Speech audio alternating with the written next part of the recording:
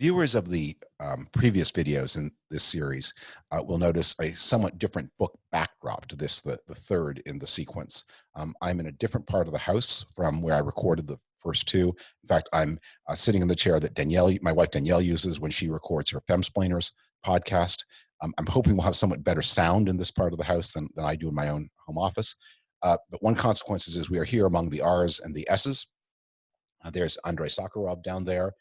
For those who worry about whether I give libertarians enough respect and influence, there's Murray Rothbard just above my left shoulder. And those are tulips that Danielle grew in her garden. And I've talked about them before, that she's been distributing to shut-ins and hospitals in our neighborhood. But we keep a few for ourselves, and I hope you enjoy them. We're coming to the end of them, and so let's eke out every last minute of that beautiful color. This is an especially disturbing and manic moment at which I'm recording. I'm speaking on Sunday, April the 19th. We are at about the peak mortality. At least we hope it's the peak mortality from this terrible pandemic. The president's behavior has become more and more bizarre, aberrant. He spent the past 2 days inciting Americans to defy the social distancing rules that he himself had called for, with loose talk about some kind of resistance to authority, a suggestion that it might even be, non-lawful resistance. It's an amazing thing for a president of the United States to say and do. At the very beginning of the administration, a Canadian journalist named Doug Saunders had a funny line on Twitter. He said, I'm imagining a science fiction story in which the leader of the free world has lost his mind. And everybody knows it because we all carry in our pockets boxes that reveal his innermost thoughts. It was scary enough back in 2017 when Doug quipped that line. It gets scarier and scarier now. And the president, as I said, he's on a special rampage this weekend, retweeting more virulent accounts, more bigoted accounts than ever.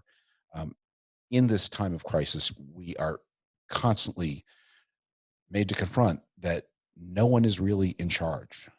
And if we get through this, at the end of it, we may have this consolation that the story of this crisis has been the story of the strength and success of some of the best and deepest features in American society, the underlying health of American civil society, the value and worth of American federalism, the capability of state as well as national governments, state health services in particular, governors who have stepped up.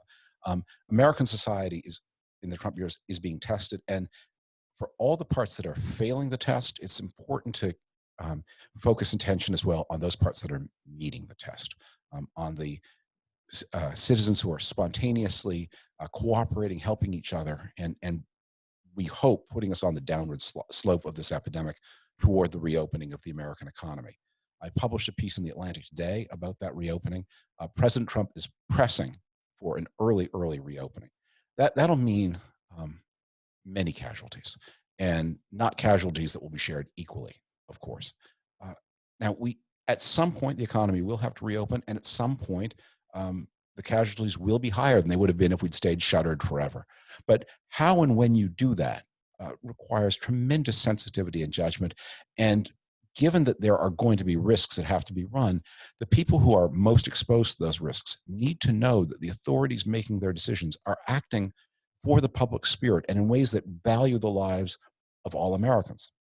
When President Trump behaves in these outrageously partisan ways, when he, as I reported in that same article, not reported, as I cited in that same article, is even sharing out small business relief funds in crassly partisan ways, where red states are getting their needs met 75, 80%. In places like California and New York are not even 40%. And here in the District of Columbia, we're barely over 30%. How does a president ask the society to follow him when he so visibly disrespects so many Americans and has so little care and concern for so many of them? It's a troubling time. I think we're all, we all bear the weight of this all the time. And it makes the enforced isolation, which would be difficult under any circumstances, that much more difficult. So I hope we can get through this together by continuing conversations. I have so much appreciated and enjoyed the questions I've been receiving, and I will answer some more today. Let me start. I printed out a bunch before I came to sit down at this microphone, but let me start with one that arrived, or that I saw, I should say, at the last minute. That um, I didn't note the name of the reader who asked this question, but the question is, what was the influence upon me of Leo Strauss? For those of you unfamiliar, Leo Strauss was a German Jewish political philosopher, a refugee from Nazi Germany, who found settled in the United States, taught at the University of Chicago, and where he had enormous impact on generations of students and students of students. As a law student at the Harvard Law School in the 1980s, I TA'd for one of Strauss's students, Harvey Mansfield, and other people, famous people like Paul Wolfowitz was a student, and others as well. And because of that chain of connection from Strauss to his students to the students of his students, during the Iraq War days and during the George W. Bush days, there was often a suggestion that Strauss was some kind of secret mastermind of the foreign policy of the Bush administration, the person behind the person who would set this all in motion. And writers and journalists would try to decode the legacy of Leo Strauss. And it was often implied or even said aloud that this legacy was especially real for those people who worked in the Bush administration who were Jewish, as I am. And so I welcome this question. It's not something I've had a chance to talk about someday. I hope sometime to be able to look back on all of this and write about that more. But it's weird to me because despite teaching for Harvey Mansfield, I would say that of the major influences on my life, Leo Strauss was not only not one, but kind of an anti-influence. Most of the things I've come to think about politics and history are exactly the opposite of at least my understanding of what Leo Strauss taught. One of the worst things you could be in the Strauss catechism was an historicist, somebody who thought that political truth varied from period to period, or worse, even that it progressed and that it was better in one period than it had been in an earlier period. And I totally believe that. One of Leo Strauss's teachings that follows from this was that in order to escape some of the dead ends of modern political thought, you have to return to the Greeks and read them not just as pieces of evidence about what was going on in their time, but as guides to our time. And I have to say that while I think it's important to know that history and to understand the tremendous influence that Aristotle and Plato and the other philosophers had on the world that came after them, for a modern person, there's not a lot to learn from Aristotle and Plato, frankly. It's not super helpful. And that, in fact, that the people came along in the 17th and 18th and 19th century and the 20th century really did have better ideas than people in classical Greece. I also firmly believe that political ideas have to be studied in context, that political truths, I mean, there are moral truths that remain unchanging, but political truth changes constantly. And what works in one period doesn't work in another. And there's another sin against Leo Straussianism, is that I always think that the test of political ideas is, do they work? Do they produce a good society? And yes, and this is another no-no, I think material prosperity is one of the most important signs of a successful and good society. And the fact that ancient Greece was so backward and primitive, that it owned slaves, that it had an agricultural economy, that didn't know technology, those are negative marks against the Greeks. And while some of the things that aren't their fault, the world just wasn't that developed, that it's, while it's not their fault, it's not exactly to their credit either.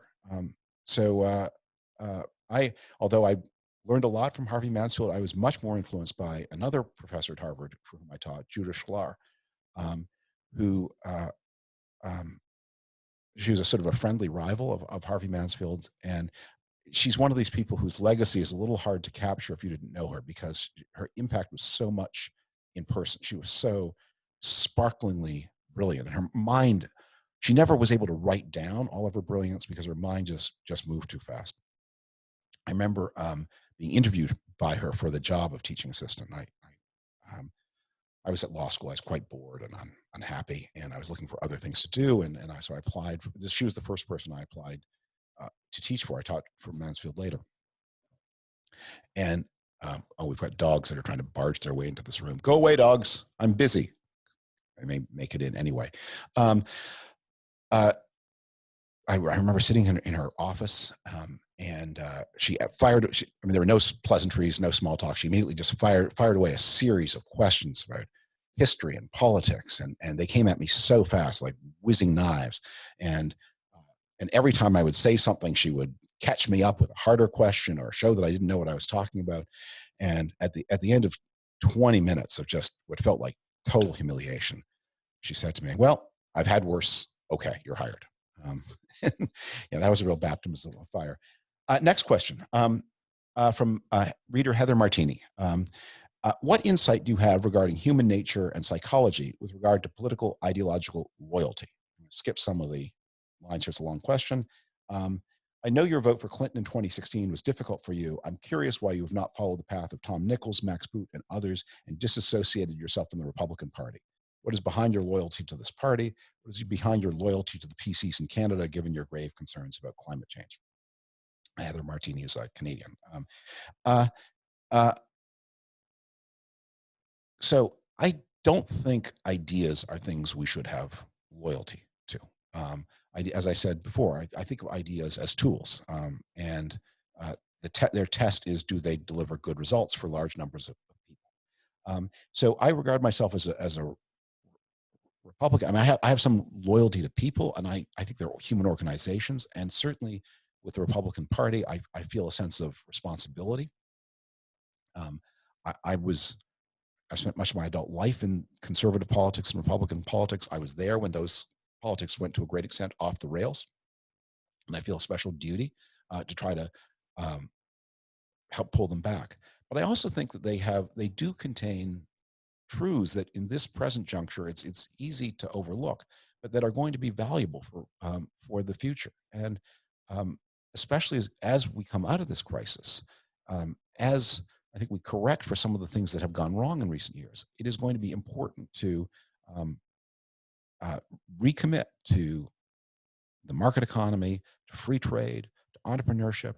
Um, I I have this strange experience that this strange like Groundhog Day experience I keep having at the Atlantic, which is you know I will from time to time I have to get my head out of this Trump furrow and write about something else. I want to go back to writing about other kinds of issues, and I want to write about something also that expresses some of my more conservative views. And so I spent much of the period around Christmas and the very early part of the new year working on a huge article in defense of the private equity industry and how it was a positive thing in the American economy and against the Elizabeth Warren bill that was going to essentially put much of private equity out of business.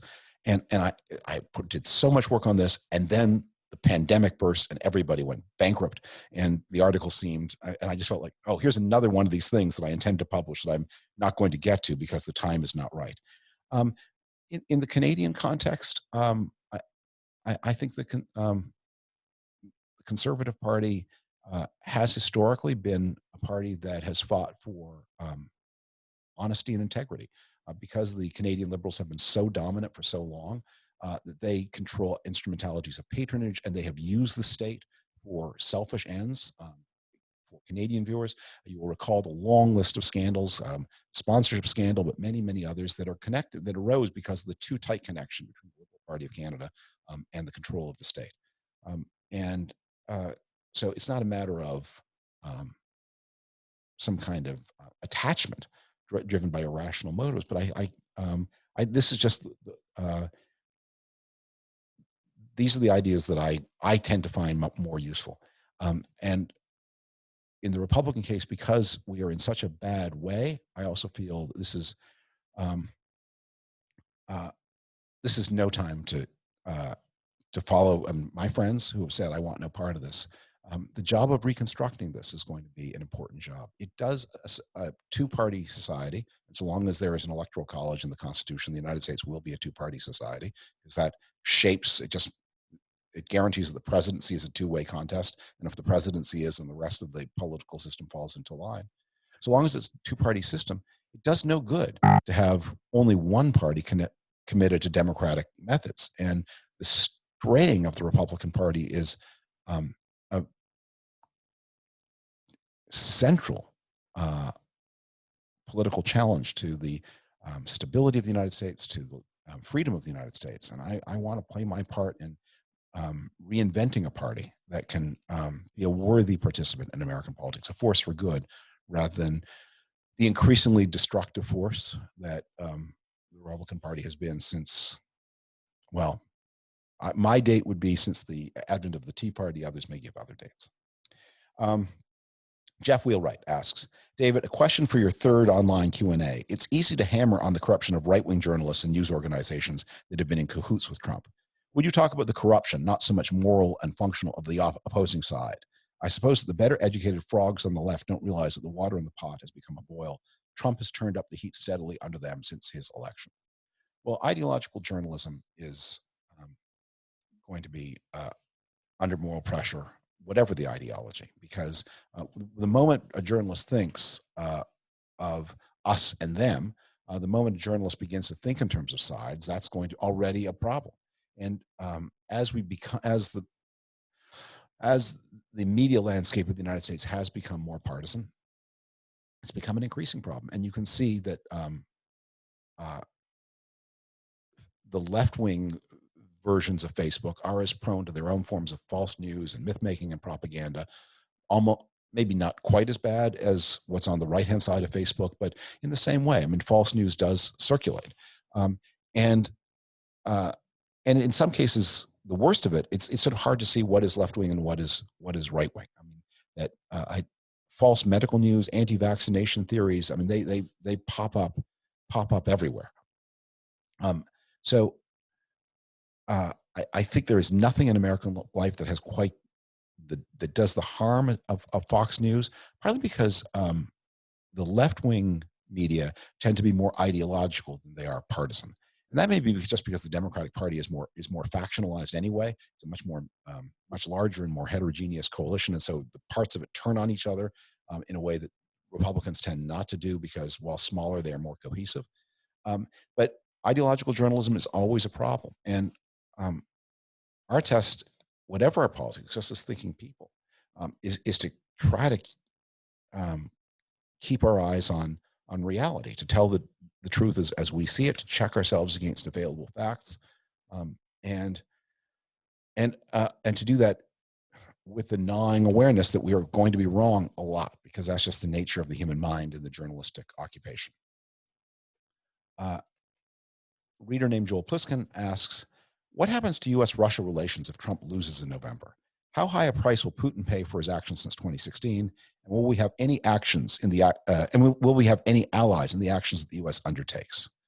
I think Putin weirdly has done Russia no long-term good in his interference in the United States and his actions in the other democracies. But what's in the Russian interest is for Russian people to be better off, for the standards of the enormous wealth of Russia to be put to the public service and not all to be stolen, for Russia to evolve toward becoming a normal European country with a functioning democracy, with a functioning free economy, with meaningful property rights, with meaningful guarantees of political liberty, and someday to enter the European Union, where Russia belongs. It is it spans, of course, the whole Eurasian continent. The heart and soul of Russia is inside Europe, and Russia needs to be part of Europe. And Russia is a danger both to itself and to others, so long as it's outside Europe. And that has been the story of Russia since the time of Ivan the Terrible.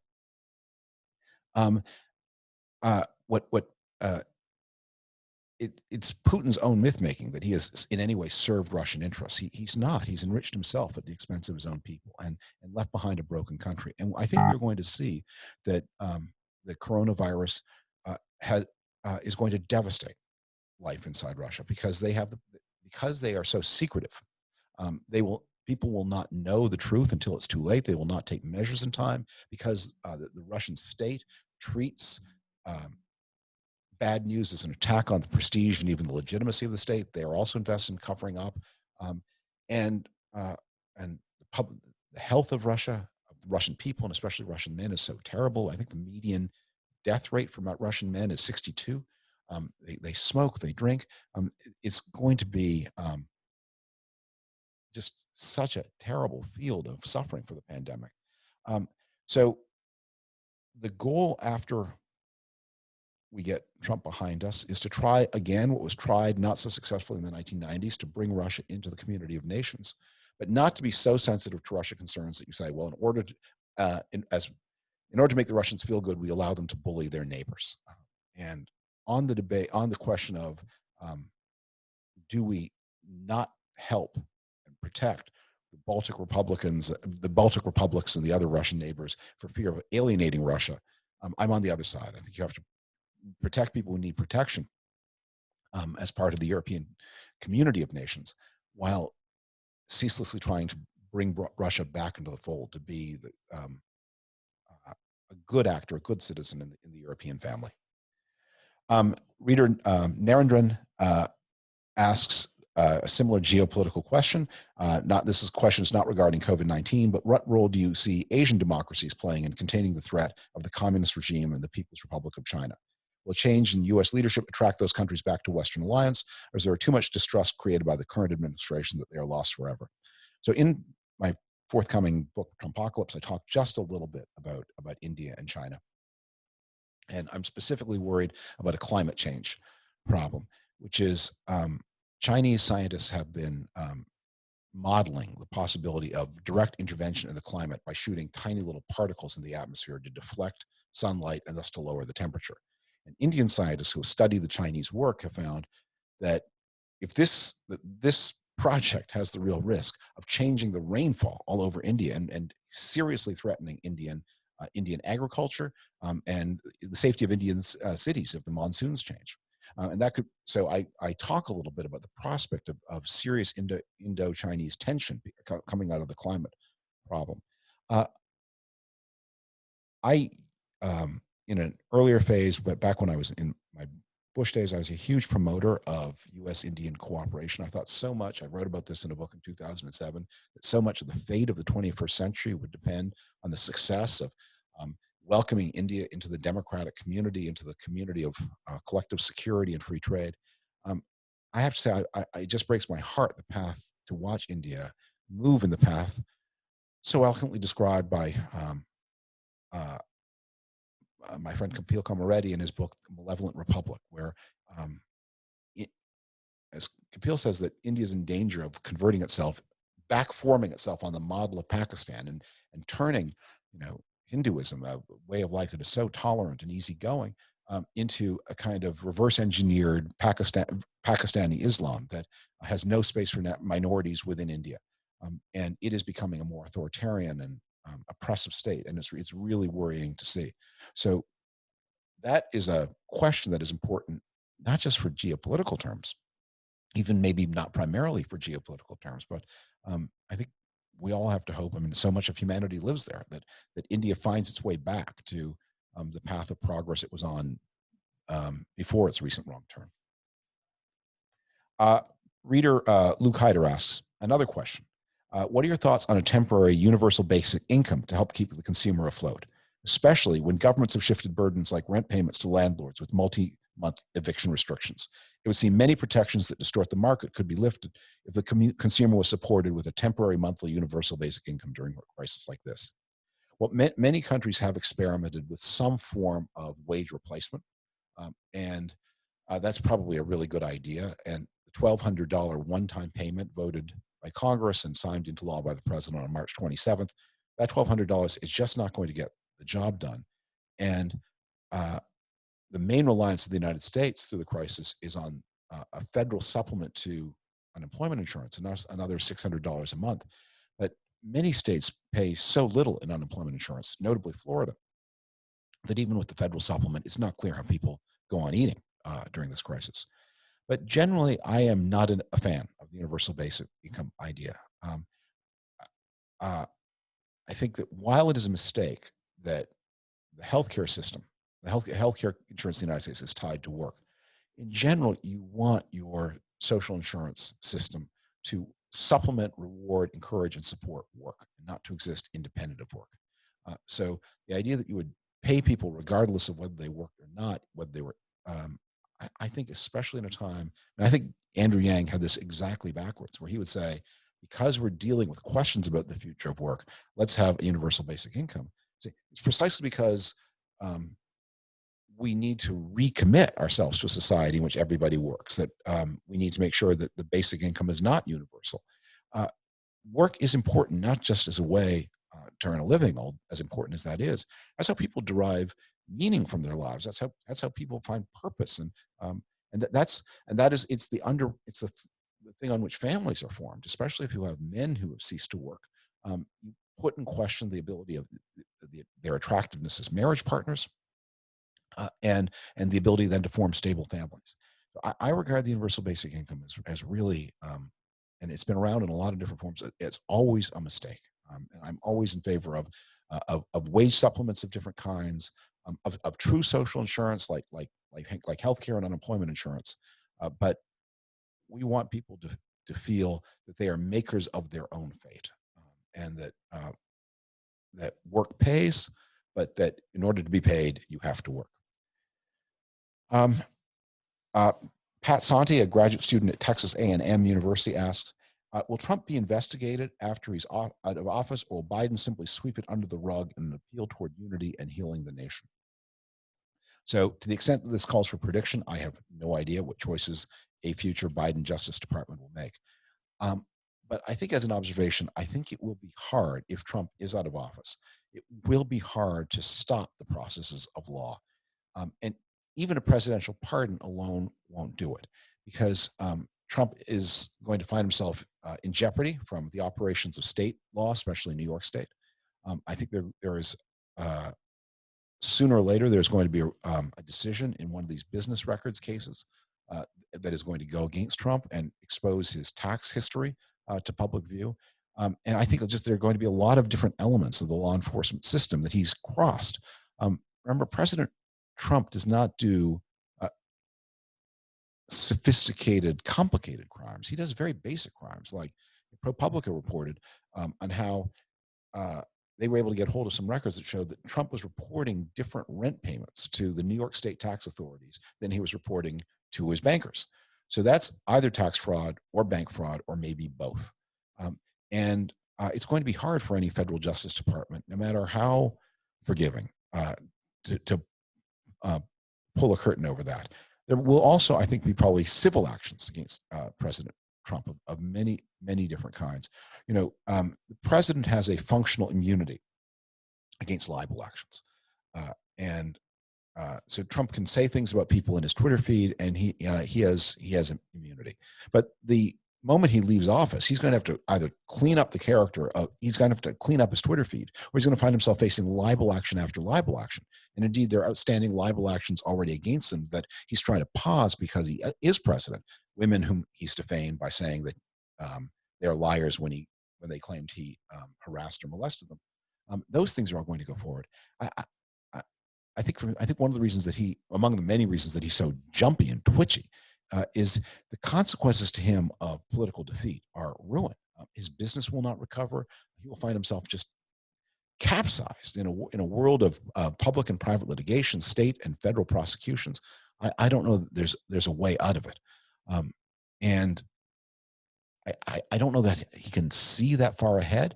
But to the extent he can see, I think there's a reason that he looks forward to the future with great anxiety. I thank you for the questions. I look forward to talking more. Please send more to the David Frum website. I talk there about how to get book plates if you want a signed book plate for Trumpocalypse, which is releasing May 26th. And there will be a lot of information there too, and I'll try to do it on Twitter as well about book events that will be available on Zoom or other media. That's the they have been fed. I don't believe them. The moaning is completely hoping to delude the gullible, and I've lived with them for too long to be deceived. I fed them myself, so I know. Pleasure to talk to everybody. I hope to record another one of these in the very, very near future, and thank you for your questions.